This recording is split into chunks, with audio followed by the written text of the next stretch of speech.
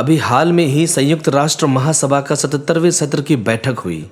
भारत के विदेश मंत्री के दिए बयानों की खूब चर्चा हो रही है। भारत के विदेश मंत्री एस जयशंकर ने भारत के पड़ोसी प्रतिद्वंदी पाकिस्तान और चीन को महासभा में आड़ो हाथे लेते हुए आईना दिखाने का काम किया। उन्होंने कहा, भारत सीमा पार आतंकवाद से पीड़ित है।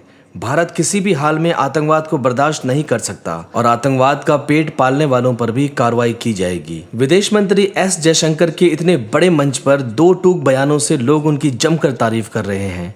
कितने ही लोगों को ये मालूम नहीं कि एस जयशंकर हैं कौन। अमूमन मंत्रालय पद केंद्र सरकार अपने किसी मंत्री को ही देते हैं, लेकिन आपको जानकर हैरानी होगी, एस जयशंकर कभी कोई मंत्री नहीं रहे और न ही कोई चुनाव लड़ा। आज के सियासी वृत्तांत में हम आपको बताएंगे कैसे विदेशी कूटनीति में माहिर सुब्रमण्यम जयशंकर एक ब्यूरोक्रेट से भारत के विदेश मंत्री बन गए। जहां एक तरफ भाजपा जेएनयू को अलगाववादियों का अड्डा बताती है और उसको बंद करने की मांग करती है, तो वहीं मंत्रिमंडल में जेएनयू से शिक्षा प्राप्त लोगों की लिस्ट लंबी होती जा रही है।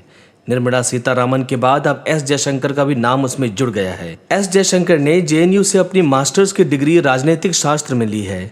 जयशंकर के पिता के सुब्रमण्यम खुद एक आईएएस ऑफिसर रह चुके हैं, इसीलिए भी जयशंकर का प्रशासनिक क्षेत्र की तरफ झुकाव रहा था। 1977 में जयशंकर का चयन भारतीय विदेश सेवा में हुआ था।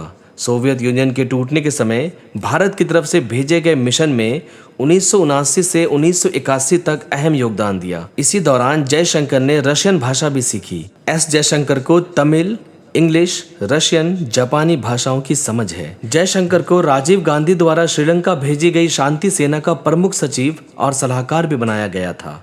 एस जयशंकर का अहम योगदान माना जाता है भारत और अमेरिका के रिश्तों को मजबूत करने के लिए। 2007 में भारत अमेरिका के बीच हुए असैन्य परमाणु समझौते में एस जयशंकर की महत्वपूर्ण भूमिका थी। भारत की तरफ से सिंगापुर में कमिश्नर के तौर पर भारत की ओर से सेवा दी। इस दौरान उन्होंने 9 जनवरी को मनाए जाने वाले प्रवासी भारतीय दिवस को बढ़ावा दिया। एस जयशंकर ने कई देशों में राजदूत के तौर पर चीन, अमेरिका और चेक रिपब्लिक में अपनी सेवा दी है और एस जयशंकर का चीन में सबसे लंबे समय तक राजदूत बने रहने का भी रिकॉर्ड है। इसलिए चीन के साथ नीतियों को बनाने में जयशंकर की हमेशा अहम भूमिका रहती है। एस जयशंकर का मोल तब बढ़ा जब भाजपा सरकार में आई। 2015 में भाजपा ने जयशंकर को विदेश सचिव नियुक्त किया। उस समय जयशंकर अपनी प्रशासनिक सेवा से रिटायरमेंट की तैयारी में थे और महज 3 दिन पहले उन्हें सचिव बना दिया गया।